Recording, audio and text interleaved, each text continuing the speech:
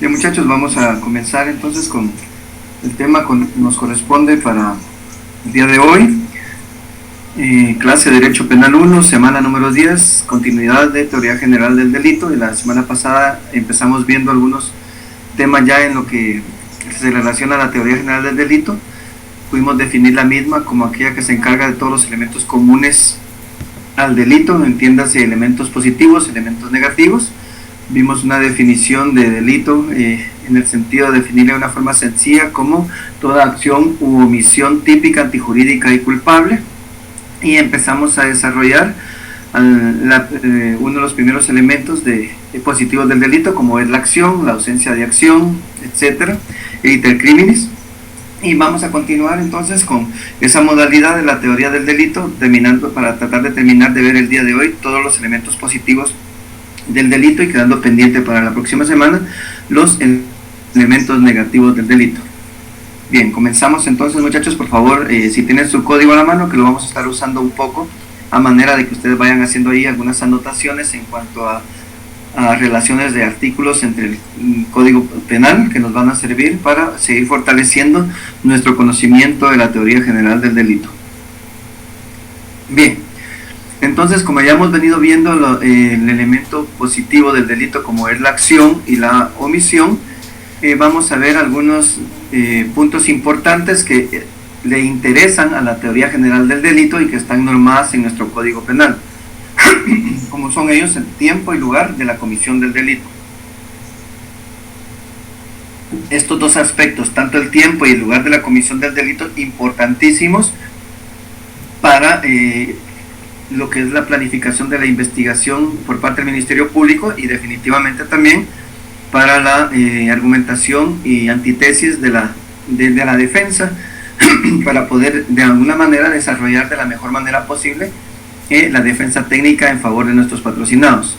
Estos dos momentos son muy importantes para el derecho penal, como es el tiempo y lugar de la comisión del delito. Entonces, tanto el tiempo como el lugar de la comisión del delito guardan estrecha relación con la conducta humana delictiva del sujeto activo llamada acción u omisión, porque es necesario saber en qué momento se realizó la acción y en qué lugar se realizó esa acción, en qué momento se realizó esa omisión y en qué lugar se realizó esa omisión, que son dos aspectos que nos interesan para poder determinar si existe la probabilidad o no de que la persona que está siendo sindicada, procesada, imputada o acusada realmente cometió el tipo penal del que se le está y que es importante. El hecho penal es cuando se cometió el delito, cuando se cometió ese delito. Artículo 19 del Código Penal. Veamos qué nos dice el artículo 19 del Código Penal en relación a cuándo se cometió el delito. El artículo 19 del Código Penal nos dice lo siguiente: tiempo de comisión del delito. El delito se considera realizado en el momento en que se ha ejecutado la acción, y en los delitos de omisión en el momento que debió realizarse la acción omitida. Tiempo de la comisión del delito, artículo 19 del Código Penal. El delito se considera realizado en el momento en que se ha ejecutado la acción, y en los delitos de omisión en el momento en que debió realizarse la acción omitida. Entonces, para el derecho penal esta pregunta reviste mucha importancia en cuándo se cometió el delito, y de acuerdo al artículo 19, tiempo de comisión del delito, dice que el delito se considera realizado en el momento. ¿En qué momento? En el momento en que se ha ejecutado la acción. En este primer caso, entonces, el delito se considera ejecutado en el preciso momento en que el sujeto activo exterioriza su conducta típicamente delictiva. Cuando el delincuente exterioriza esa conducta típicamente delictiva y lo traslada al mundo exterior, es cuando hablamos en el que es el momento en que se comete el delito. Y sigue diciendo el artículo 19, y en los delitos de omisión, en el momento que debió realizarse la acción omitida. Entonces, en este segundo caso, el delito se realiza en el preciso momento en que el sujeto activo, oiga, esto es bien importante, en que el sujeto activo conscientemente y deliberadamente omitió realizar una conducta, conscientemente y deliberadamente omitió realizar una conducta que pudo y debió haberla realizado. Entonces, esos son los momentos que le interesan al derecho penal en cuanto cuando se cometió el delito, cuando es la acción y cuando es la omisión. Luego se hace otra pregunta al derecho penal, que es importante también aclarar para realmente ver si el momento que el Ministerio Público realiza la acusación es clara, precisa y circunstanciada. Tiene que saber dónde se cometió el delito. Para que el Ministerio Público pueda hacer una acusación clara, precisa y circunstanciada, como lo establece el Código Procesal Penal, debe tener claro primero cuándo se cometió el delito y dónde se cometió ese delito, para poderlo delimitar y convencer al tribunal de sentencia. ¿Dónde se cometió el delito? Artículo 20, veamos qué nos dice el Código Penal en relación al artículo 20. Lugar del delito. Dice, el delito se considera realizado en el lugar donde se ejecutó la acción, en todo o en parte, en el lugar donde se produjo o debió producirse el resultado, y en los delitos de omisión, en el lugar donde debió cumplirse la acción omitida. Lugar del delito, artículo 20. El delito se considera realizado en el lugar donde se ejecutó la acción, en todo o en parte, en el lugar donde se produjo o debió producirse el resultado, y en los delitos de omisión, en el lugar donde debió cumplirse la acción omitida. Entonces, en este artículo 20 nos viene y nos dice el Código Penal que la legislación penal guatemalteca adopta una teoría que se denomina teoría mixta, o también se denomina teoría del conjunto o teoría de la ubicuidad. ¿A qué se refiere esta teoría del conjunto o teoría de la ubicuidad o la teoría mixta que adopta la legislación penal guatemalteca? Según esta teoría, ha de tomarse en cuenta tanto el lugar donde se desarrolló la acción como en el lugar donde se pudo haber producido el resultado, dos momentos distintos. Por eso esta teoría de la ubicuidad o teoría mixta que adopta el derecho penal guatemalteco nos dice que debe tomarse en cuenta tanto el lugar donde se desarrolló la acción como el lugar donde se produce el resultado. El delito se considera realizado, dice, en el lugar donde se ejecutó la acción, en todo o en parte, o en el lugar donde se produjo o debió producirse el resultado, y en los delitos de omisión, pues en el lugar donde se omitió cumplirse la acción omitida.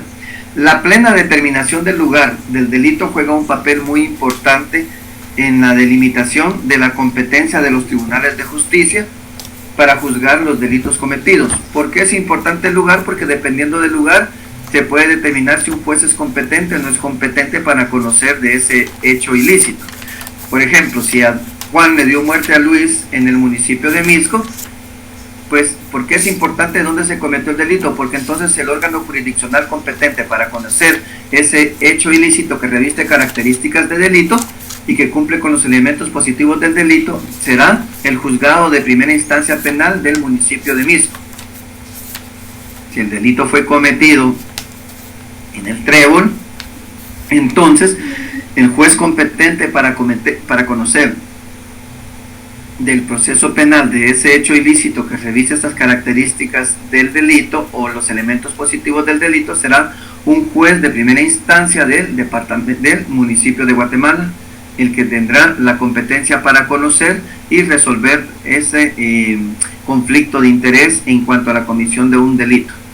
Por eso entonces se habla de que el lugar donde se cometió el delito es importantísimo, y por eso el artículo 20 lo regula, ¿verdad? El lugar del delito, mientras que el artículo 19 nos regula el tiempo de la comisión del delito. En relación a esto, entonces regresamos a lo que estuvimos viendo la semana pasada de forma general y lo volvemos a hablar y a ampliar un poco. En cuanto a cuándo se cometió el delito y dónde se cometió el delito, tiene mucho que ver con el iter criminis. ¿Se recuerdan que estuvimos hablando de el iter criminis la semana pasada?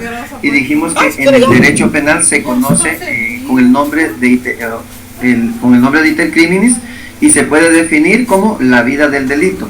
desde que nace en la mente de su autor hasta su consumación en el mundo exterior. Al iter criminis también se le conoce como el via crucis del delincuente. Y está constituido ¿por qué? Está constituido por una serie de etapas desde que se concibe en la idea de cometer el delito hasta que se consigue lo que es su materialización en el mundo exterior y produce cambios en el mundo exterior.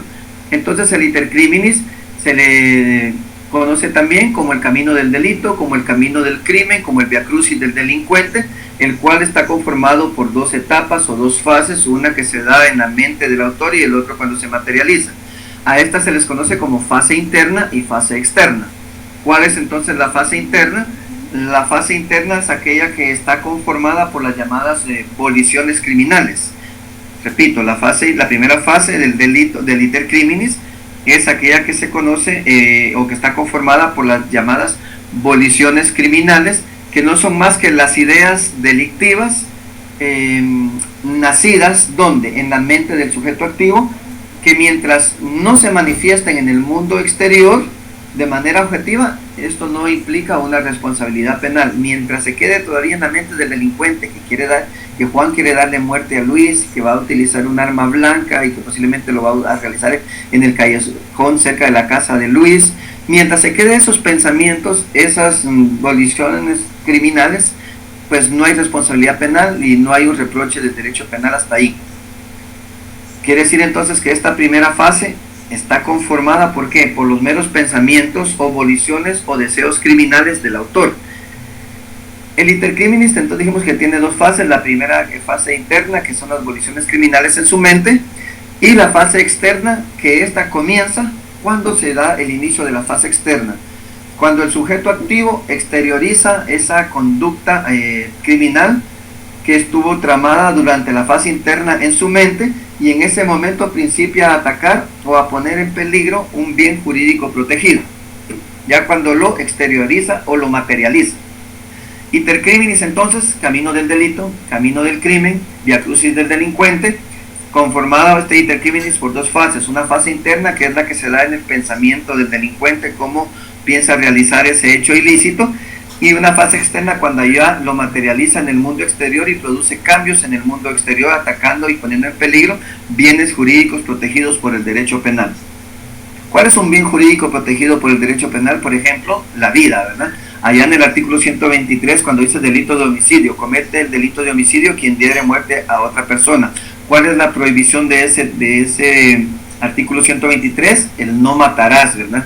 Entonces, cuando ya se materializa en la vida real, en el mundo exterior, y se producen cambios en el mundo exterior, es cuando se da en la fase externa del iter criminis. Nuestro código penal reconoce expresamente dos formas de resolución criminal. Repito, nuestro código penal reconoce expresamente dos formas de resolución criminal. Y estas dos formas de resolución criminal las vamos a ver, veamos el artículo 17 de nuestro Código Penal. Solo denme un minutito, artículo 17 de nuestro Código Penal.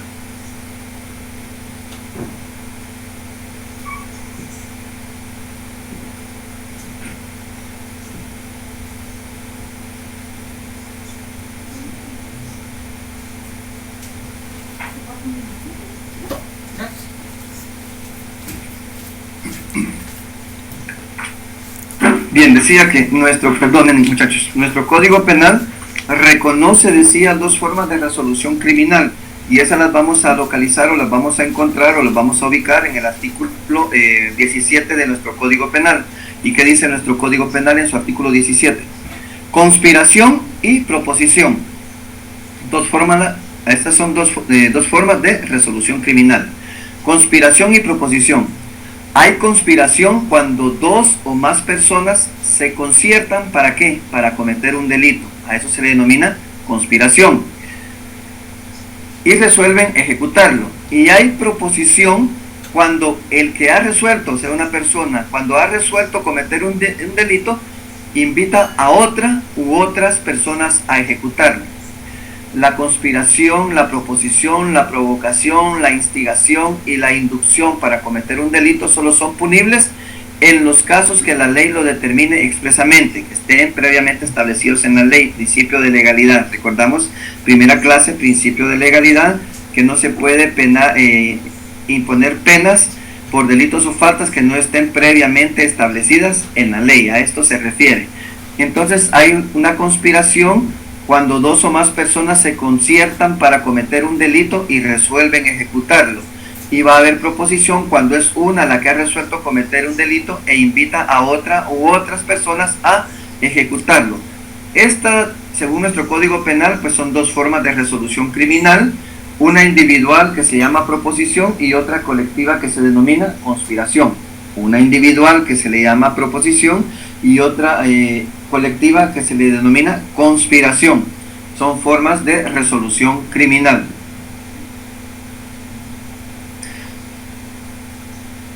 Y es precisamente cuando se da esa resolución criminal que, una vez iniciada la fase externa, ya materializar lo que pensó el delincuente en su mente y ya llevarlo a la vida real, al mundo real, es una vez iniciada la fase externa precisamente de la comisión de un delito, cuando pueden darse o pueden suceder muchas cosas.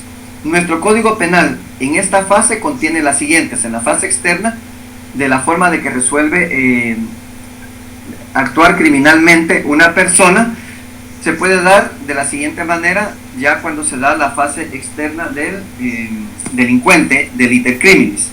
La primera forma que puede darse cuando se exterioriza esa fase externa, dijimos, iter criminis, camino del delito, constituida por dos fases: una interna, una en la mente, cuando empieza a preparar todo en la mente el delincuente, y dos, cuando lo materializa en el mundo real y produce cambios en el mundo real. Entonces, una de las primeras formas que puede materializarse la fase externa es lo que conocemos como delito consumado. ¿Qué es el delito consumado? Veámoslo primero en nuestro artículo, en nuestro Código Penal, artículo 13. ¿Cuándo hay delito consumado? Cuando se da esa segunda fase y se materializa lo que el delincuente decidió realizar en el mundo real, lo primero que puede producir es un delito consumado. Veamos el delito consumado, artículo 13 del Código Penal. Artículo 13 del Código Penal, delito consumado. Y se dice, el delito es consumado cuando concurren todos los elementos de su tipificación. Cuando concurre la acción u omisión típica, antijurídica y culpable y se materializa en el mundo real, estamos ante un delito consumado. Juan se propuso en su mente matar a Luis. Cuando ya tiene a Luis enfrente, saca su arma de fuego, le dispara y le provoca la muerte a Luis. Ahí logró la fase externa. Cuando logra esa muerte de Luis, es cuando se da el delito consumado. Veamos, entonces, el artículo 13 dice, para que se dé el delito consumado, dice, se va a dar el delito consumado si se han realizado voluntariamente todos los actos propios del delito lesionado.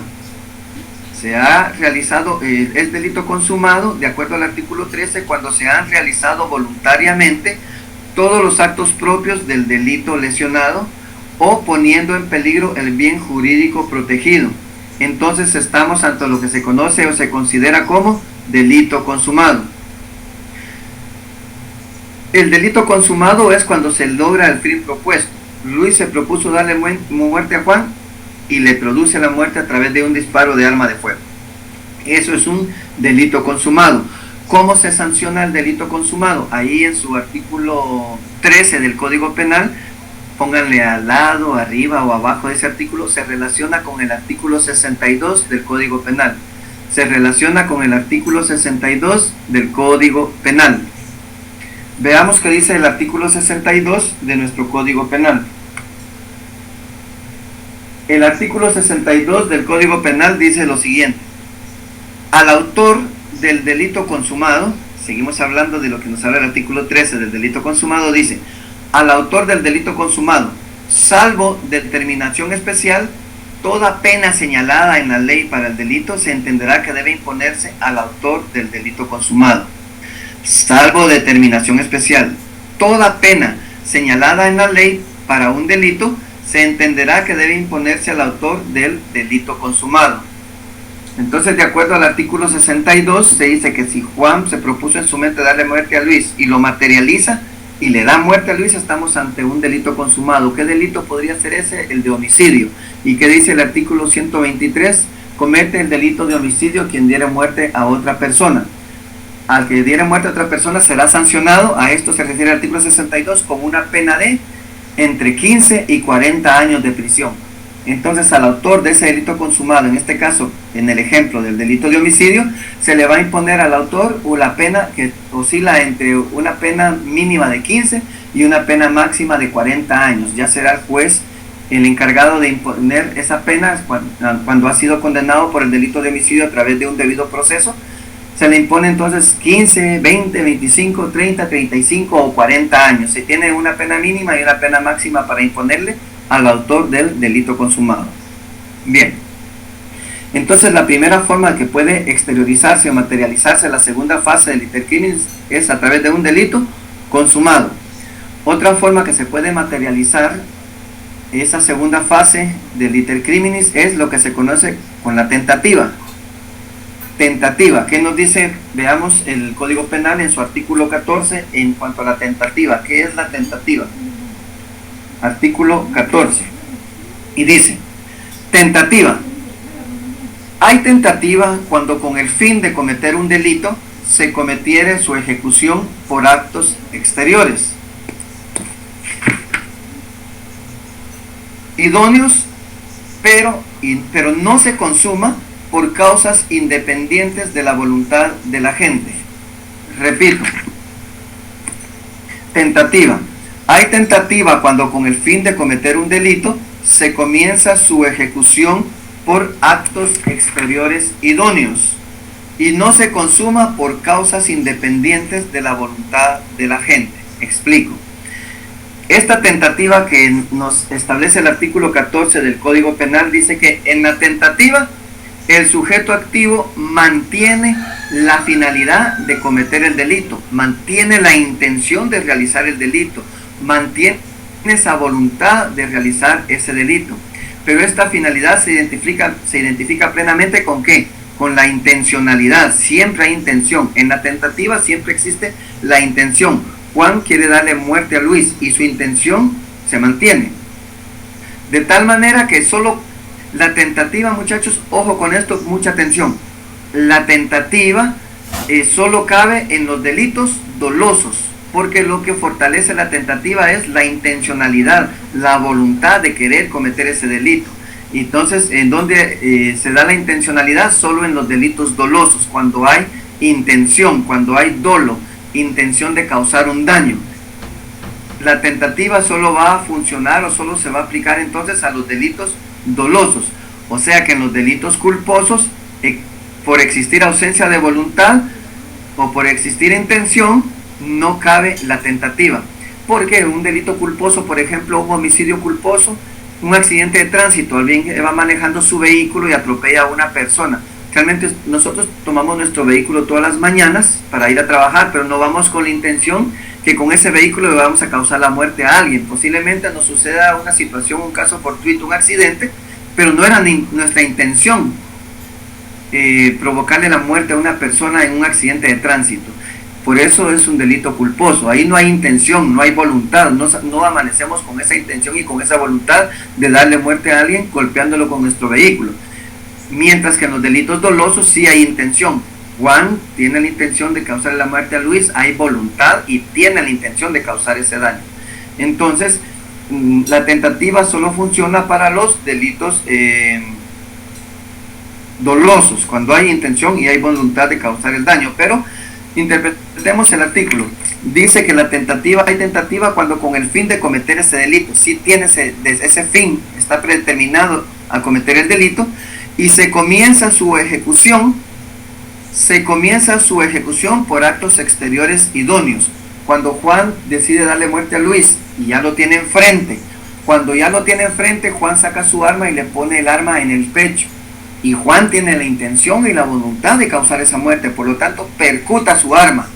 Pero, ¿qué dice el final del artículo? Y no se consuma por causas independientes de la voluntad de la gente.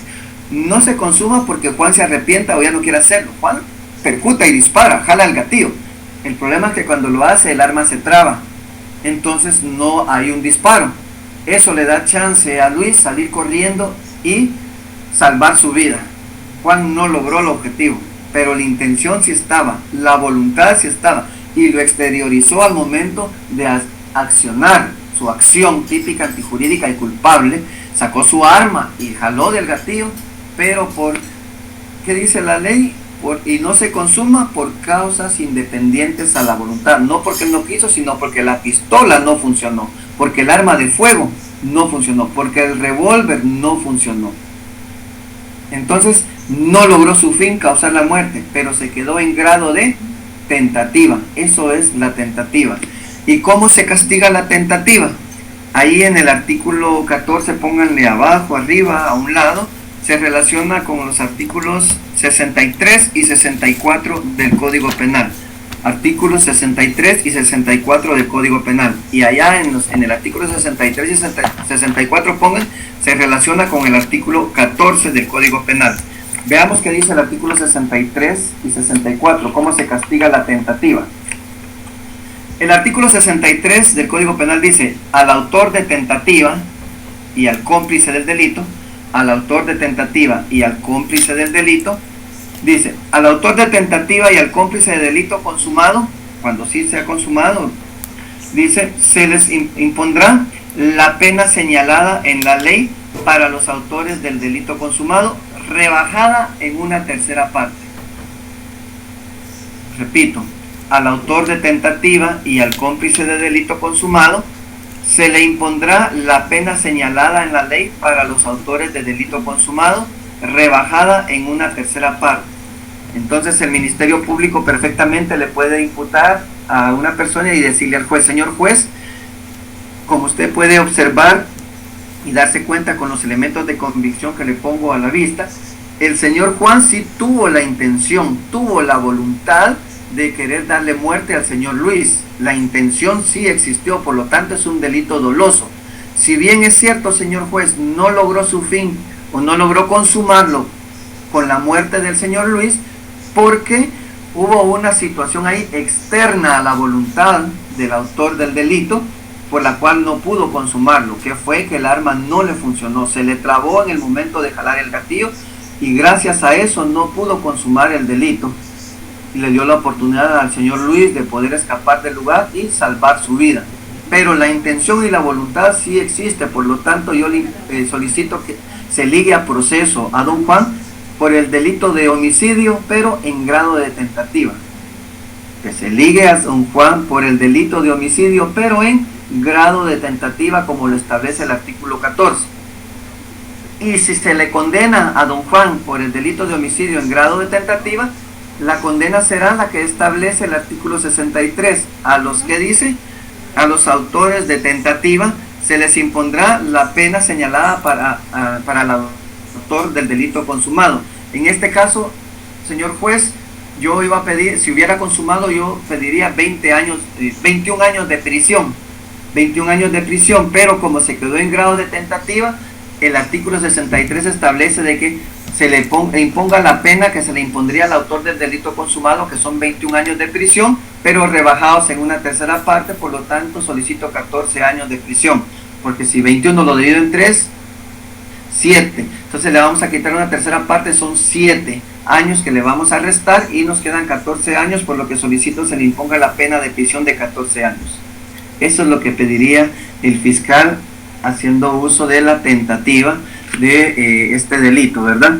Entonces así es como se castiga la tentativa, en grado de tentativa de cualquier delito. Puede ser de asesinato, puede ser de robo, puede ser de hurto. Si solo se queda en grado de tentativa, se pedirá la pena que correspondería como si lo hubiese consumado, solo que rebajado en una tercera parte, de acuerdo al artículo 63. Y el artículo 64 dice: y al cómplice de tentativa, a los cómplices de tentativa se les impondrá también la pena que la ley señala para los autores del delito consumado, solo que rebajado en 2/3 partes. ¿Quién es el cómplice?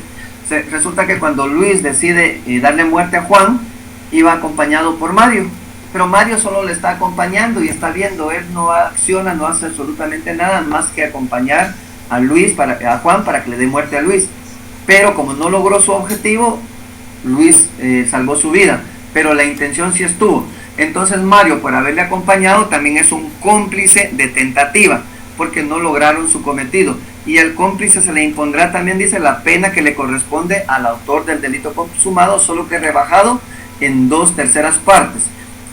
Entonces, si a Juan se le condenó a 14 a 21, pero se le rebajó una tercera parte porque quedó en grave tentativa, Mario, por ser cómplice, también se le impondrá la pena de 21 años, solo que es rebajada en 2/3 partes. Por lo tanto, pido contra Mario, señor juez, 7 años de prisión por ser un cómplice de tentativa de delito. Esa es otra forma en que se puede materializar la fase externa del iter criminis, a través de la tentativa. Pero también hay otra forma que se puede materializar ese iter criminis en su fase externa, como lo es la tentativa imposible. ¿Y qué es la tentativa imposible? Veamos nuestro Código Penal en su artículo 15. El artículo 15 del Código Penal habla de la tentativa imposible y dice: si la tentativa se efectuare con medios normalmente inadecuados o sobre un objeto de tal naturaleza que la consumación del hecho resulta absolutamente imposible, el autor solamente quedará sujeto a medidas de seguridad, no a imposición de una pena de prisión, sino solo a medidas de seguridad, si su accionar, su acción u omisión se puede encuadrar perfectamente en lo que es la tentativa imposible, que dice que es aquella que se efectuare con medios normalmente inadecuados o sobre un objeto de tal naturaleza que la consumación del hecho resulta absolutamente imposible, quedará sujeto únicamente a medidas de seguridad. Entonces, no obstante, de acuerdo al artículo 15, la tentativa imposible, no obstante la voluntad del sujeto activo, el delito no puede llegar a consumarse nunca porque los medios que utiliza son inadecuados. ¿A qué se refiere esto? Por ejemplo, resulta que Marta es novia de Mario y Marta le dice a Mario: mira, te tengo una buena noticia. Yo sé que pues no estamos pensando todavía en vivir juntos, en casarnos, pero vamos a ser padres. Estoy embarazada.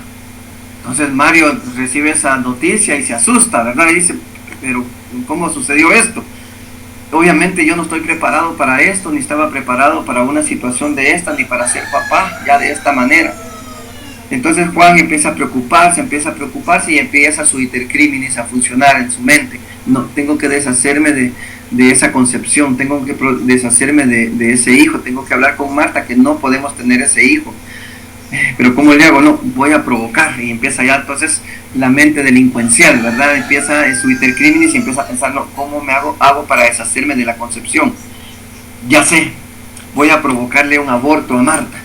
Entonces la invita a su casa a tomarse su refresco, su agua, pero cuando le sirve, previo a dársela, viene Mario y dice: voy a provocarle un aborto. Me imagino que llenándole el vaso de vitaminas, voy a echarle todas las vitaminas, todas las pastillas, eso va a provocarle algún efecto y puede provocar el aborto. Y le pone todas las vitaminas al agua o al refresco que le da a Marta. Marta se lo toma, pero no pasa absolutamente nada, ¿no? Porque lo que le puso son vitaminas. Entonces está usando un medio totalmente inadecuado para provocar el fin que persigue. La intención sí está, la voluntad sí está, pero utiliza un medio inadecuado. Poniéndole esa cantidad de vitaminas, lo único que va a hacer es super fortalecer a Marta y al bebé, ¿verdad? Lejos de causar el fin que es el aborto, lo que le quiere conseguir. Pero la intención delincuencial sí nació en la mente y lo está consumando, lo único que con un medio inadecuado, lo cual le hace totalmente imposible alcanzar su fin, que es el aborto. Entonces él va a quedar sometido no a ningún delito, pero sí a una medida de seguridad, a un internamiento, a un centro psicológico para que lo ayuden, para que no esté pensando en causar esos daños que pueden convertirse en tipos penales o en delitos, ¿verdad? O también podría pensar: no, me voy a deshacer tanto del bebé como de ella, y después veo qué hago, y hace que en ese refresco lo que hace es: la voy a envenenar, y agarra toda la bolsa de azúcar y le llena el agua de azúcar, ¿verdad? Y la mueve y pone bien dulce ese producto que ella va a ingerir. ella lo ingiere y obviamente lo siente demasiado dulce, esperando que pueda morir por envenenamiento, por haberle dado una dosis muy alta de azúcar. Tampoco lo va a lograr, es un medio inadecuado. La intención sí está, la voluntad sí está, pero está utilizando un medio inadecuado. Lo más seguro es que la convierta en diabética, pero la muerte no la va a lograr ni de ella ni de la concepción. Y entonces a eso se refiere tentativa imposible, ¿verdad? Que no queda, que el autor de tentativa imposible dice no va a quedar sujeto a ningún tipo penal, ni alguna pena, ni alguna sanción penal o una consecuencia penal de las que establecen los tipos penales, sino únicamente a medidas de seguridad. Otra forma en que puede materializarse el iter criminis en su fase externa, en su segunda fase, es a través de lo que conocemos, lo que establece el artículo 16 de nuestro Código Penal. Desistimiento. ¿Qué es el desistimiento? El desistimiento es cuando comenzada la ejecución de un delito, el autor desiste, ¿cómo?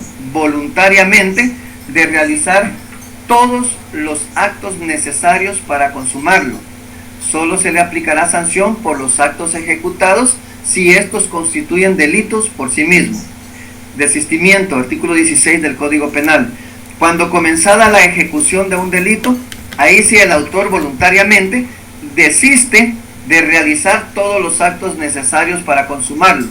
Solo se aplicará sanción por los actos ejecutados si estos constituyen delitos por sí mismo. Entonces, otra forma de materializarse en el mundo real el iter criminis en su segunda fase, después de que lo ha pensado en su fase interna y lo exterioriza a la fase externa. El desistimiento dice, se trata de que el sujeto activo, a pesar de que puede consumar el delito y ya habiendo iniciado, desiste voluntariamente de consumarlo. Entonces su conducta va a ser impune, a menos que de los actos que logró realizar se desprenda la comisión de otro delito por el cual sí deba sancionarse. Por ejemplo, cuando Juan ha decidido darle muerte a Luis, el ejemplo que hemos estado viendo, saca su arma de fuego, pero ya cuando jala el gatillo se arrepiente y ya no quiere darle muerte, porque al final reconoce que es muy grave lo que va a cometer y se arrepiente, pero todavía dispara. Pero ese disparo impacta en un brazo, ya no en el tórax, en la cabeza, un órgano importante de Luis, sino que solo en una extremidad, entonces donde pega, donde le impacta y le causa una lesión. Entonces, aquí él desistió de provocar ese delito consumado. Si ese disparo pasara a un lado y no le impacta, pues esto le va a beneficiar, porque el Ministerio Público entonces no puede tomarlo como una tentativa. Sí, pero hubo tentativa, señor juez, existió la voluntad y la intención de causar el daño.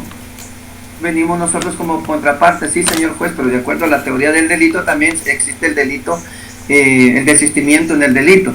Y resulta que mi patrocinado, Juan, si bien es cierto, tenía la intención, tenía la voluntad, pero a última hora decidió no consumarlo. Por lo tanto, eso no encuadra en la tentativa, donde sí actuó, pero por un hecho externo no pudo consumarlo. Aquí al contrario, aquí fue él.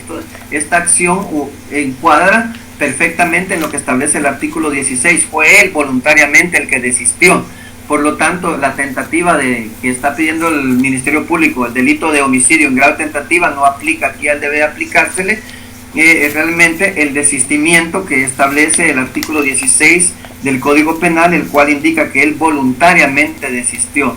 Y si él voluntariamente desistió y no impactó, que se dicte una falta de mérito, señor juez, o en todo caso alguna medida de seguridad que el juez considere que él deba recibir algún tratamiento que le ayuden a él a entender que ese tipo de acciones son ilícitas y pueden traerle muchos problemas a su vida personal. Pero lo que solicito es que se dicte la falta de mérito, porque no hay delito que perseguir en este caso o en este hecho en el cual se pretende que a él se le ligue por un delito que nunca existió, que nunca se cometió. La figura que más se le aplica, señor juez, es la del desistimiento. ¿Por qué? Porque hay que ver el elemento esencial. En la tentativa, la voluntad persiste y la intención existe y persiste, pero en el desistimiento es él el que voluntariamente decidió y fue como pasó. Ahora, si hubieras impactado en el brazo, no hay tentativa, señor juez. En todo caso, no hay delito de homicidio en grado de tentativa, sino lo que debe aplicársele es, ligársele al proceso es por un delito de lesión leve, ya que solo fue un rozón sí constituye un delito, pero es un delito leve, menos grave, como es una lesión, por lo que solicito que se le ligue al proceso por el delito de lesión leve y no por el delito de homicidio en grado de tentativa, aplicando y fundamento mi petición y mi razonamiento en el artículo 16 del Código Penal, que establece sobre el desistimiento, que perfectamente aplica a los hechos que realmente sucedieron en el momento cuando se cometió el delito y donde se cometió el delito. Así es como funciona entonces. Esta es la cuarta forma en que puede exteriorizarse y materializarse el iter criminis, ya cuando el delincuente decide llevarlo al mundo exterior en su segunda fase. Entonces, iter criminis, ¿qué es? No es más que la vida del delito, el camino del delito, el via crucis del delincuente, el cual se conforma o se clasifica en dos fases: la fase interna y la fase externa. La fase interna cuando nace en la mente del autor del delito, y la fase externa cuando decide materializarlo, y esa materialización puede terminar en un delito consumado, en una tentativa imposible o en un desistimiento. Esas son entonces las fases en que puede materializarse la fase externa del iter criminis. Bien, continuemos. Dentro del precisamente de la teoría del delito se hablan de algunas teorías, algunas escuelas, algunas corrientes, y entre ellas se habla de la previsión de la causalidad y el resultado, y dice que el dolo presupone que el autor haya previsto el curso causal y la producción del resultado típico. Esta previsión de la causalidad y resultado lo que dice es que siempre de los delitos dolosos siempre va a existir una causa que motiva al delincuente a realizar una acción, una omisión que va a obtener un resultado, y un resultado típico. ¿Por qué? Porque va a realizar una conducta que está prohibida por la ley, en este caso un tipo penal. Cuando Juan decide darle muerte a Luis, entonces obviamente hay una causal ahí, alguna inconformidad en Juan que provoca que quiere causarle la muerte a Luis, pero él sabe que tiene que realizar una acción para poder obtener el resultado que él espera, que es la muerte de Luis. Entonces a eso se le conoce como previsión de la causalidad y resultado, pero esto es doctrinal, ¿sí? Esto solo es doctrina, solo para conocimiento general. Lo que sí es que puede darse al momento de materializar esa fase externa del delito, esa fase externa del iter criminis, se pueden dar algunas situaciones que se conocen como errores sobre la causalidad. ¿Cuáles son esos errores sobre la causalidad? Se habla de un aberratio ictus, el fortalecimiento del aberratio ictus, y un dolus generalis. ¿Cuál es el aberratio ictus? Viéndolo desde el punto de vista doctrinal, pero que acuérdense que la doctrina también nos puede servir como una fuente supletoria para la resolución de un conflicto de interés o de un caso penal. La aberratio ictus dice que es cuando el objeto de la conducta y el ente que resulta afectado no son equivalentes, lo que se ocupa de todos aquellos elementos comunes a todo a todo hecho punible. Cuando el objeto de la conducta y el ente que resulta afectado no son equivalentes, a lo que nos referimos es que como cuando alguien dispara contra el dueño o contra una persona, pero esta persona va acompañada de su perro porque va caminando, entonces el delincuente tiene la intención de causarle el daño al dueño de ese perro y le dispara, pero cuando le dispara no impacta en el dueño, en el señor, sino que impacta en el perro. Entonces ahí estamos ante una aberratio ictus, como cuando alguien dispara contra otra persona, pero no lo impacta y mata a un tercero. Aquí estamos ante una aberratio ictus, ante un error sobre la causalidad. ¿Por qué? Porque Juan quiere matar a Luis, pero cuando le dispara, el disparo pues se desvía y no le pega a Luis, pero sí le pega a Mario, a un tercero, ¿verdad? Si bien es cierto, eso constituye un delito, que vamos a ver si es un delito doloso o un delito culposo, ¿verdad? Pero aquí, o un delito preterintencional, ¿verdad? Dependiendo cómo hagamos nuestra defensa, pero la intención era matar a Luis. El tema es que no pegó en él, sino pegó en un tercero. A esto se le denomina aberratio ictus, cuando no impacta en quien querría impactar. La aberratio ictus también suele llamarse error en el golpe. A la aberratio ictus también se le denomina error en el golpe. Esto es cuando hay un caso de error en la persona, si bien es equivalente, pero no hay problema porque se elimina, podría en un momento determinado eliminarse el dolo. ¿Por qué? Porque la intención era causar daño en Luis, pero impactó en un tercero que fue Mario. El Ministerio Público puede fuertemente hacer una imputación bastante dura contra Juan, porque le puede decir al juez, señor juez, si bien es cierto, Juan no impactó en la humanidad de Luis, pero fue porque no tuvo la certeza de impactarle el disparo, pero sí impactó en Mario. Entonces aquí se da un concurso ideal, señor juez, un concurso de delitos, porque por un lado está el homicidio en grado de tentativa y por otro lado está, si Mario murió, el homicidio culposo contra Mario, o puede ser un homicidio doloso, si el MP quisiera ser muy duro. ¿Por qué? Porque hubo intención de matar a alguien y mató a Mario. Entonces nosotros ya utilizando la teoría del delito, no, señor juez, aquí lo que se da es una aberratio ictus. Si bien es cierto, el Ministerio Público dice de que la intención de mi patrocinado era darle muerte a Luis, no es cierto, señor juez. Realmente lo que mi patrocinado quería realizar era asustar a Luis. Si hubiera querido impactarle, le hubiera pegado si estaba cerca, señor juez, pero no era su intención. Entonces aquí lo que causó fue un grave mayor al que quería causar. Entonces no estamos ya ante un homicidio en grave tentativa, sino estamos aquí ante un delito culposo o ante un delito preterintencional. Si Mario murió, entonces estamos ante un homicidio preterintencional, señor juez, porque causó un daño mayor del que quería causar. Él solo quería asustar a Luis, pero lamentablemente causó una muerte en una tercera persona que se conoce como aberratio ictus o error en el golpe. Y aquí lo que se dio fue un homicidio preterintencional, porque nunca hubo intención y tampoco culpa, sino simplemente causó un daño mayor al que quería causar. Si nosotros convencemos al juez, el Ministerio Público al pedir el homicidio en grado tentativa, acuérdense, el homicidio puede pedir hasta 40 años, rebajado en una tercera parte van a ser como 20 y tantos años de prisión. Pero si logramos convencer al juez que lo que realmente se dio ahí fue una preterintencional que establece el artículo 26 del Código Penal, la preterintencional se causa con menos gravedad, porque por un homicidio preterintencional la pena puede ser de 2 a 10 años. Vamos a obtener el daño menos posible en favor de nuestro patrocinado, y si le imponen 2 años, 3 años, 4 años o hasta un máximo de 5 años, esa pena puede ser conmutable, o sea, se puede pagar en dinero y nunca va a ir a prisión nuestro patrocinado. Así es como funciona entonces la teoría del delito, cómo podemos cuadrar esos hechos al derecho y utilizando la teoría del delito, dependiendo si soy acusador o dependiendo si soy defensor.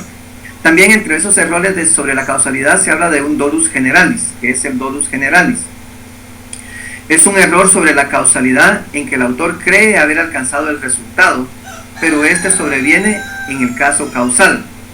El dolus generalis es un error sobre la causalidad en que el autor cree haber alcanzado el resultado, pero este sobreviene en el caso causal. Por ejemplo, como cuando alguien cuando alguien tiene una riña con otra persona y se dan a golpes y se dan fuerte, y en uno de esos golpes pues prácticamente cae desplomado la otra persona y ya no se mueve.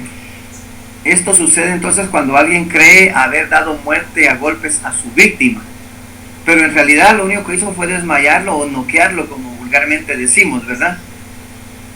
Pero él, cuando vio que causó esta situación, en su mente cree que le causó la muerte por esa golpiza que le dio y va a tratar de simular otra situación y levanta el cuerpo y amarra un lazo a una viga o a una rama de un árbol y lo cuelga para querer simular que un suicidio, que cuando la gente encuentra a esta persona se suicidó, pero realmente él no estaba muerto, lo que estaba era noqueado, perdió el conocimiento, y él por querer simular una situación, ahí sí causa la muerte, al colgarlo de un árbol, por una asfixia. Entonces, en estos casos estamos ante dice la teoría del delito, estamos ante un dolus generalis, porque el autor cree haber alcanzado el resultado, pero para simularlo provoca otra acción y realiza otra acción, y esa segunda acción que realiza es la que sí provoca la muerte. ¿Por qué? Porque había un error en la causalidad. Como no es experto, según él, no lo noqueó, sino que le dio muerte de los golpes. Entonces lo simula a través de colgar a la otra persona ante una rama o una viga, y para que cuando encuentren el cuerpo digan que lo que hubo ahí fue un suicidio, que fue esta misma persona la que se causó la muerte. Pero no, aquí hay un dolus generalis, ¿verdad? Una confusión en el autor del delito, y sí provoca un delito más grave, que obviamente el Ministerio Público va a tratar de pedir que sea un homicidio, o dependiendo lo que se vea en la escena del crimen, podría pedir también un asesinato, ¿verdad? Y nosotros pues podemos atacarlo a través de la teoría del delito, solicitando que lo que hubo es un dolus generalis, por lo tanto nunca hubo la intención, la voluntad. Lo que pasa es que se asustó, actuó por una fuerza exterior y provocó esa situación. Entonces esto ya lo vamos a ver cuando veamos los elementos negativos del delito. Hablando siempre entonces de la intencionalidad de la acción o la omisión, y hablando de cómo se puede materializar en el mundo exterior esa segunda fase externa del iter criminis, también nos lleva a lo que es el dolo.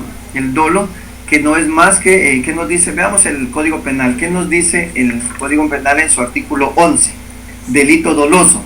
¿Cuándo el delito es doloso? El delito es doloso cuando el resultado ha sido previsto. Hay dos situaciones acá, dice, el delito es doloso. 1, cuando el resultado ha sido previsto. Y 2, cuando sin perseguir ese resultado, el autor se lo representa como posible y ejecuta el acto. Esta segunda parte, cuando el autor, sin perseguirlo, pero dice, pero esto puede provocar también aquello. Pero no le importa y continúa con su acción y lo materializa y lo consuma.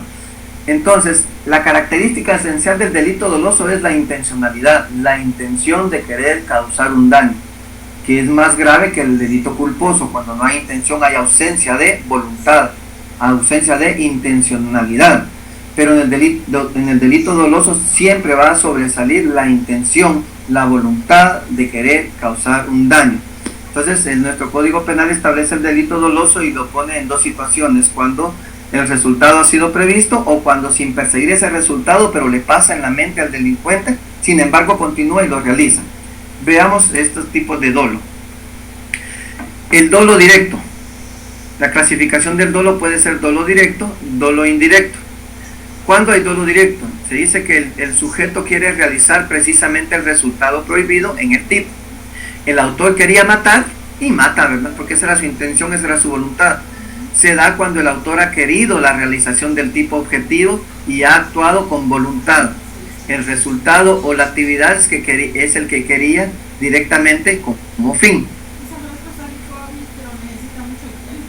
Por ejemplo, aquí sencillo, ¿verdad? Entonces Juan quiere matar a Luis y simplemente dispara y lo mata. Ese es un dolo directo. ¿Por qué? Porque está la intención y está la voluntad y consuma el delito. Lo quería realizar, hay intención de causar daño. El delito doloso siempre va a ser castigado más grave por el derecho penal que el delito culposo, porque ahí hay ausencia de intencionalidad y de voluntad. En cambio, en el delito doloso se castiga más grave porque sí hay en el delincuente esa intención y ese deseo de causar el daño. Veamos el dolo indirecto.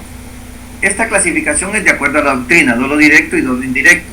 Al dolo indirecto también se le conoce como dolo directo en segundo grado o consecuencias necesarias. En este dolo indirecto se dice que en él el resultado es la consecuencia necesaria del medio empleado.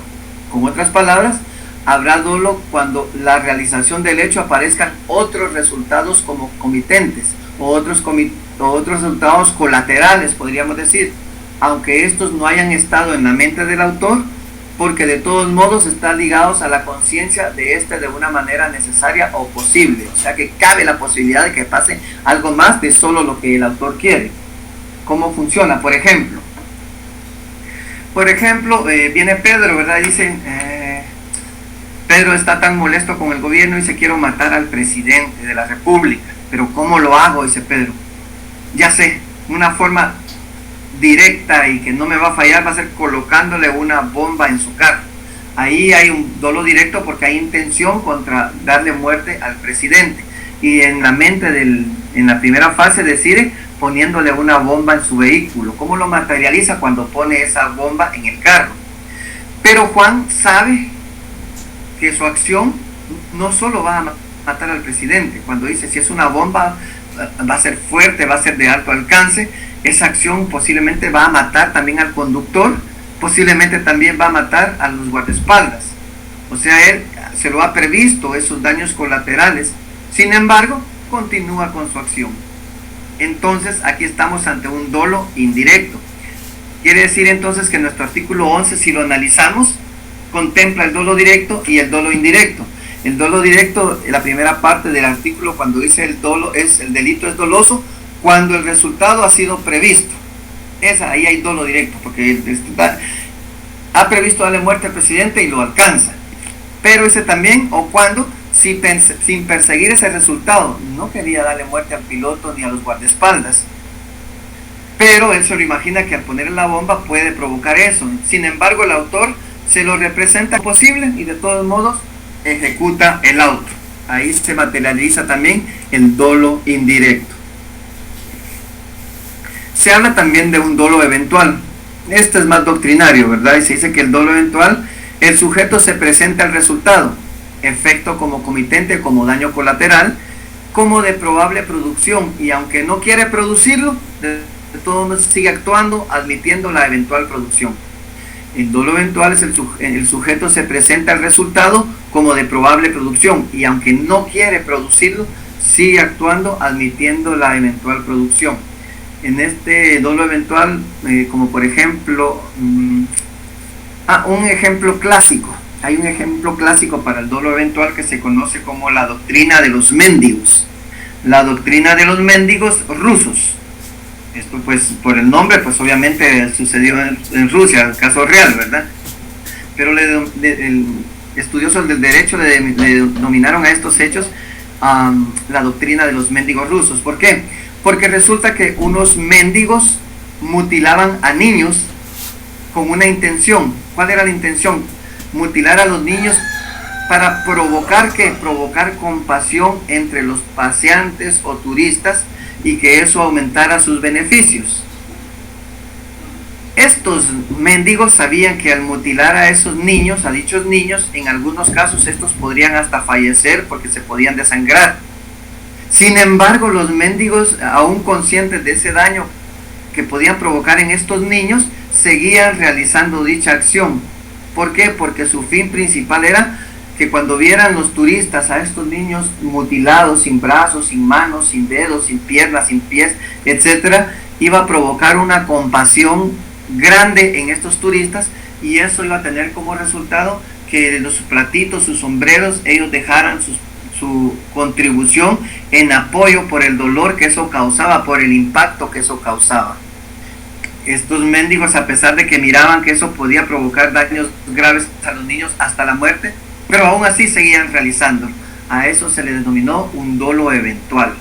Por eso les dije, es un dolo visto desde el punto de vista, desde el criterio, desde la óptica doctrinaria, ¿verdad? Entonces, el principal problema que plantea es la diferenciación con la imprudencia grave o culpa. Por ejemplo, que debemos determinar cuándo existe la intencionalidad o la voluntad y cuándo hay ausencia de esa intención y de esa voluntad. Eso nos va a dar entonces cuándo un delito es doloso y cuándo un delito es culposo. Asimismo, se habla de un delito que se denomina delito imprudente. De acuerdo con la doctrina dominante, el delito es imprudente cuando se ha realizado infringiendo el deber general de atención, o en otras palabras, el deber de cuidado objetivo.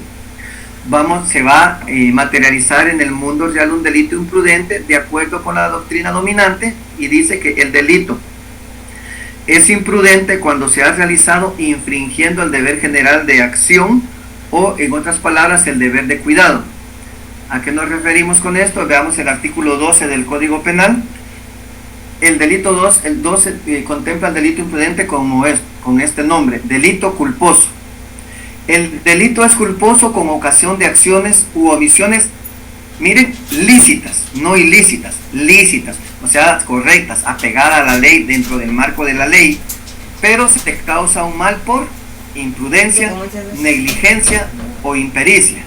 Los hechos culposos son punibles en los casos expresamente determinados en la ley, no en cualquier hecho. Solo cuando la ley establece que un delito es culposo puede ser aplicado este delito culposo, que se causa, ¿por qué? Por imprudencia, por negligencia o impericia.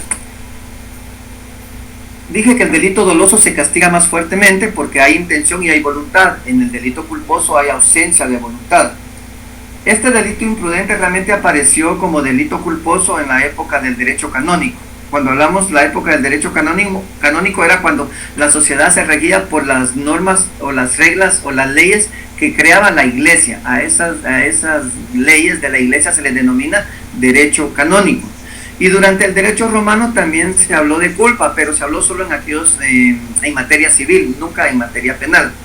Entonces han existido dos sistemas para el delito imprudente, o sea, para el delito culposo. Unos que nos hablan de un numerus apertus y uno que nos habla de los numerus clausus. Los números apertus, que son innominados y aunque no estén en la ley se van a aplicar, pero los números clausus son aquellos que el delito imprudente se va a aplicar solamente si está tipificado como tal en el código. Esa es la corriente que sigue Guatemala, el sistema de números clausus, número cerrado. ¿Por qué número cerrado? Porque va a ser un delito culposo solo y solo si está establecido en nuestro Código Penal. Si no está en el Código Penal como delito culposo, no se puede aplicar como delito culposo o delito imprudente.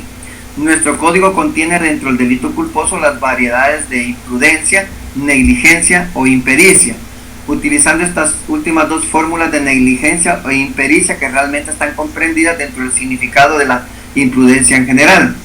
Entonces, de acuerdo con la doctrina dominante, en Guatemala lo que se aplica es el numerus clausus, o sea que debe estar previamente establecido en la ley como delito culposo. El principio de legalidad, que es el que prevalece. Ese principio de legalidad dice que nadie puede ser penado por delitos o faltas que no estén previamente establecidas. Y los delitos culposos también van a estar establecidos en la ley, y si no están preestablecidos no se puede aplicar. Entonces, de acuerdo a este supuesto, el delito imprudente o el delito culposo se va a aplicar solo y solo si está dentro de nuestro Código Penal. Por eso es que nuestro Código Penal sí habla de delitos culposos. Primero lo habla dentro de la parte general del Código, como teoría del delito, cuando dice que es culposo cuando se causa un mal por imprudencia, negligencia o impericia. ¿Cómo puede ser esto? ¿Cómo puede haber una negligencia por imprudencia, negligencia o impericia? Por ejemplo, don Juan decide pintar su casa y está pintando el frente de su casa, pone su escalera y ahí está con su bote en una mano y con la brocha en la otra, pintando su casa. Pero se cansa don Juan de estar sosteniendo su bote y dice, no, voy a poner un clavito aquí en la escalera y ahí voy a colgar el bote. Y baja y busca un clavo, pero encuentra un clavo un poco pequeño. Sin embargo, él se pregunta, ¿será que soporta este clavo? Bien, yo creo que si lo introduzco bastante no va a ceder. Y lo clava y pone su bote y sigue pintando. En lo que está pintando en ese movimiento, pues el clavo, como no es tan grande, empieza a moverse. Y en una de esas cede y se desprende de la escalera y obvio, pues el bote cae. Cuando el bote cae, lamentablemente en ese momento va pasando doña Marta con su bolsita de tacos que anda vendiendo y el bote le impacta en su cabeza. Eso le provoca la muerte. La pregunta es, ¿hay intención de don Juan? No. ¿Tenía voluntad don Juan de darle muerte a la señora? No. Pero sí hay negligencia. Entonces aquí dolo no hay porque no hay intención, pero sí hay culpa. ¿Por qué? Porque él vio que el clavo era pequeño y aún así prosiguió y colgó ese bote. Ahí hubo imprudencia y negligencia. Impericia no, porque impericia es cuestión de manejar para ciertas cosas. Ahí hay impericia.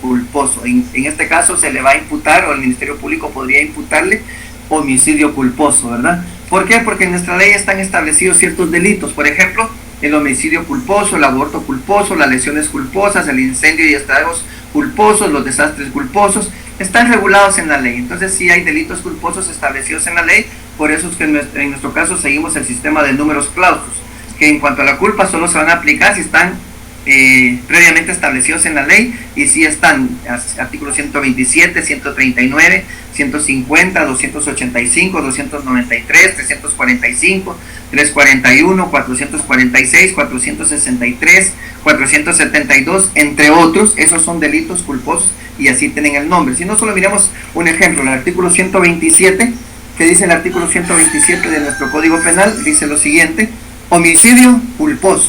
Sí está establecido en la ley. Si quieren veamos el 139. 139 dice tentativa y aborto culposo. sea, así vamos a encontrar, entonces sí están el delito imprudente o delito culposo regulado en la ley. Y por último tenemos lo que es la preterintencionalidad. El artículo 26, numeral sexto, nos habla de que la preterintencionalidad es no haber tenido la intención de causar un daño de tanta gravedad como el que se produjo. A eso se le denomina preterintencionalidad. Artículo 26, numeral sexto, está en las causas que modifican la responsabilidad penal. Eso lo vamos a ver más adelante. Esas causas que modifican la responsabilidad penal son circunstancias atenuantes y circunstancias agravantes, que también lo vamos a ver más adelante. Las circunstancias atenuantes favorecen al sindicado o al procesado o al acusado, mientras que las circunstancias agravantes van a hacer más grave la situación del imputado, del procesado o del acusado. Entonces, la preterintencionalidad es una tercera fuente de imputación, distinta a la dolosa y distinta a la culposa. Esta es una responsabilidad por el resultado que nuestra legislación denomina preterintencionalidad. ¿Y qué es la preterintencionalidad? Es causar un daño de tanta gravedad como el que sí quiso provocar. Cuando Juan y Luis estaban peleando, Juan lo único que quería era darle una paliza, ¿verdad? Pero en uno de esos golpes realmente le llegó al mentón y eso le provocó un golpe en el área cerebral que le provocó la muerte. Juan nunca quiso matar a Luis, lo que quería era darle una lección a través de una golpiza, pero nunca darle muerte. Ese homicidio no puede ser un homicidio simple, señor juez, sino homicidio preterintencional, puesto que causó un daño mayor que el que quería causar. A eso se refiere la preterintencionalidad. Entonces, dentro de los delitos calificados por el resultado, nuestra legislación contiene el homicidio preterintencional regulado en nuestro Código Penal. La tendencia apreciable, al menos en recientes proyectos de reforma al Código Penal guatemalteco, es la del desaparecimiento de la preterintencional, que solo quedan los delitos dolosos y culposos. Pero eso todavía no se ha dado. La preterintencional está dentro del Código, el artículo 26, numeral sexto, por lo tanto puede aplicarse, ¿verdad? Bien, entonces ya hemos visto lo que es el delito doloso, el delito imprudente o culposo, artículo 12, y la preterintencionalidad, artículo 26, numeral 6. Pasamos ahora a ver los otros elementos positivos del delito, como es el segundo elemento positivo, luego de la acción u omisión, la tipicidad. ¿Y qué es la tipicidad? La tipicidad se dice que es la adecuación de un hecho cometido a la descripción que de ese hecho hace la ley penal. La tipicidad no es más que la adecuación de un hecho a la descripción que se hace en la ley. ¿Qué es la tipicidad? Un ejemplo, entonces, el artículo 123 del Código Penal nos habla del delito de homicidio. ¿Y qué es lo que dice esa norma penal o esa ley penal? Dice: quien diere muerte a otra persona comete el delito de homicidio. ¿Cuál es la prohibición? Matar. Ahí está normada esa conducta en ese tipo penal de homicidio. Cuando Juan le dispara a Luis y le causa la muerte, ¿qué es la tipicidad? Adecuar ese hecho que cometió Juan a lo que dice la ley. La ley dice que es prohibido matar y quien diere muerte comete el delito de homicidio. Y al causante del delito de homicidio, la consecuencia jurídica es prisión de 15 a 40 años. Lo que hizo Juan a Luis se encuadra perfectamente en lo que dice esa norma penal, esa ley penal, ese tipo penal. Por lo tanto, hay tipicidad. Se da la tipicidad porque es la adecuación del hecho cometido a la descripción que de ese hecho hace la ley penal. Tipicidad. ¿Qué es el tipo? Este describe una conducta prohibida que lleva a la imposición de una pena. Entonces, hay muchos comportamientos humanos, pero el legislador destaca la reacción penal en aquellos casos de comportamientos más intolerables y más lesivos para los bienes jurídicos. Entonces el tipo es el que describe la conducta prohibida que lleva a imposición una pena. Todos los delitos que ustedes encuentran en el Código Penal a partir del artículo 123 son tipos penales. Homicidio, tipo penal. Así al azar voy a abrir uno. El 161, injuria, tipo penal. Ahí se dice qué es la injuria y se explica la conducta. Abro otro. A la violación de correspondencia y papeles privados es otro tipo penal. Ahí se establece cuál es la conducta prohibida. Entonces todos los artículos a partir del 123 en adelante son tipos penales, lo que describe una conducta prohibida que lleva a la imposición de una pena. El tercer elemento positivo del delito, la antijuricidad. ¿Qué es la antijuricidad? De la antijuricidad la vamos a ver desde dos puntos de vista. La doctrina dominante realmente en el derecho penal moderno, con bastante certeza jurídica y fundamento lógico, ha simplificado la complicada estructura de un sistema tricotómico, le llaman, aplicando la teoría del delito, aplicando este sistema tricotómico a la teoría del delito. ¿Por qué? Porque si no tendríamos que definir el delito como la acción o omisión típica, antijurídica, culpable, imputable, punible y otra serie de conceptos. Pero la tricotómica dice que se va a delimitar a tres. Es toda acción u omisión típica, antijurídica y culpable. Entonces, desde ese punto de vista, la antijuricidad la vamos a ver desde un punto de vista formal y desde un punto de vista material. Desde un punto de vista formal nos dice que la antijuricidad es la relación de oposición entre la conducta humana y la norma penal. Relación de oposición, contradicción entre la conducta humana y la norma penal, o bien la contradicción entre una conducta concreta y un concreto orden jurídico establecido previamente por el Estado. A eso se refiere. Y desde el punto de vista material se dice que es la acción que encierra una conducta antisocial que tiende a lesionar o a poner en peligro un bien jurídico tutelado por el Estado. Desde el punto de vista material se dice que la antijuricidad es la acción que encierra una conducta antisocial que tiende a lesionar o a poner en peligro un bien jurídico tutelado por el Estado. Entonces, ¿qué es la antijuricidad? La antijuricidad la vamos a entender como los hechos, las acciones u omisiones que hace una persona que van en contra de lo que dice la ley.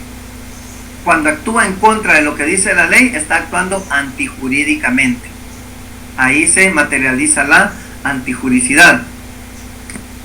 Los penalistas alemanes han sostenido que hay hechos delictivos que presentan un marcado carácter objetivo, dice, dirigido a un fin determinado.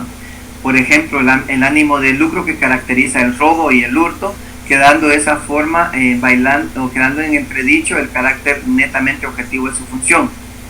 Entonces, para entender bien la antijuricidad, bien sencillo, simplemente dicen, lo que debemos entender es que ese es el actuar de un ser humano actuando en contra o contrariamente a lo que dice la norma. Eso es actuar antijurídicamente.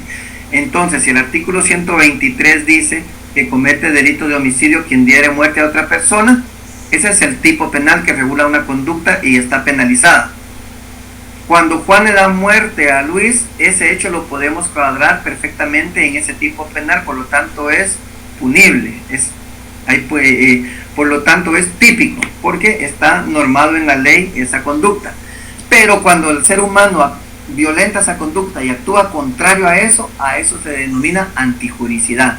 Por eso es que se dice que es toda acción u omisión típica, porque está en la ley, antijurídica porque está actuando en contra de lo que dice la ley. Antijuricidad. Otro tercer elemento es la culpabilidad. ¿Y qué es la culpabilidad? La culpabilidad dice quien actúa antijurídicamente y realiza la figura del tipo atacando un bien jurídico penalmente protegido. Quien actúa culpablemente y comete un acto antijurídico pudiendo actuar de otro modo, sabiendo que es bueno y que es malo, actuamos de la forma mal, aunque lo sabemos que es malo, ya eso nos hace culpables. Entonces ahí se materializa la culpabilidad. Por eso es que se deben dar los elementos positivos del delito para creer que estamos ante un hecho ilícito que se considera delito, porque es una acción u omisión típica, porque está en la ley, antijurídica, porque actúa en contra de la ley, culpable, porque sé que no debía actuar así y sin embargo lo hice, por lo tanto soy culpable. Se materializa lo que es la culpabilidad. Dentro de los elementos de la culpabilidad tenemos la capacidad de culpabilidad. Obviamente debe ser mayor de edad, ¿verdad? Y estar por lo menos con un grado de madurez que pueda entender qué es bueno y qué es malo. Porque si es menor, si no es, para ser capaz hay que ser mayor de edad. Si no se es capaz, porque es menor, acuérdense que los menores son de las causas de elementos negativos del delito, porque los menores son inimputables, no pueden ser perseguidos penalmente, pero eso lo veremos la otra semana. Un segundo elemento, conocimiento de la antijuricidad, porque sabe que no puede actuar de esa manera porque va a actuar contrario a la ley, sin embargo lo realiza, entonces hay un conocimiento de antijuricidad. Y la exigibilidad de un comportamiento distinto, porque tiene la inteligencia para saber, no, mejor no le doy muerte porque me voy a meter en problemas, eso es ilegal, la ley lo prohíbe, sin embargo lo realizo. La exigibilidad de un comportamiento distinto, sabe que pudo haber actuado de forma distinta, sin embargo prefirió romper las normas, romper una ley, romper un tipo penal, actuar de una forma típica, antijurídica y culpable. Luego tenemos otro elemento positivo del delito, que es la imputabilidad. ¿Qué es la imputabilidad? Es la capacidad para conocer y valorar el deber de respetar la norma y de determinarse espontáneamente. Es la capacidad de actuar culpablemente. ¿Qué es la imputabilidad? Es esa capacidad que se tiene entonces de que él sabe que debe respetar esa norma. Sin embargo, no la respeto, pues ni modo, va a tener que hacerse acreedor a las consecuencias. La consecuencia es que lo van a detener, que va a perder su libertad, que va a ser sometido a un debido proceso, donde si se comprueba de que su acción o omisión es típica, antijurídica y culpable, entonces va a ser imputable. Va a ser imputable porque hay medios de prueba que señalan que fue él el que realizó ese hecho ilícito. Si se puede demostrar que él fue el que realizó esas acciones ilícitas que conllevan los elementos positivos del delito, entonces se le puede imputar el delito, por lo tanto es imputable. La imputabilidad es tener la certeza de que él, existe la probabilidad de que él fue el que cometió el hecho ilícito, por eso se le está imputando ese delito, imputabilidad. Y por último tenemos la punibilidad. En relación a la punibilidad existen dos corrientes que definen la misma. Una corriente que dice que la punibilidad como elemento positivo del delito, y otra corriente que ve la punibilidad no como un elemento positivo, sino ellos dicen que es una consecuencia del delito. Veamos los que entienden la punibilidad como elemento del delito. Dice, estos creen que la conducta humana típicamente antijurídica y culpable, para que realmente constituya delito se necesita que esté sancionada con una pena. De esta manera, la punibilidad resulta ser un elemento esencial del delito, porque la punibilidad tiene que ver con la pena, con la consecuencia jurídica. Entonces, todos los delitos que vemos del artículo 123 en adelante tiene un supuesto de hecho, o sea, cuál es la conducta prohibida. Pero si se violenta, también tiene una consecuencia jurídica, que es la pena, y es donde indica todos los artículos, la cual será penada con prisión de 15 a 40 años, con prisión de 25 a 50 años, con pena de muerte, con prisión de 2 a 8 años, con prisión de 6 a 8 años. Eso es la punibilidad.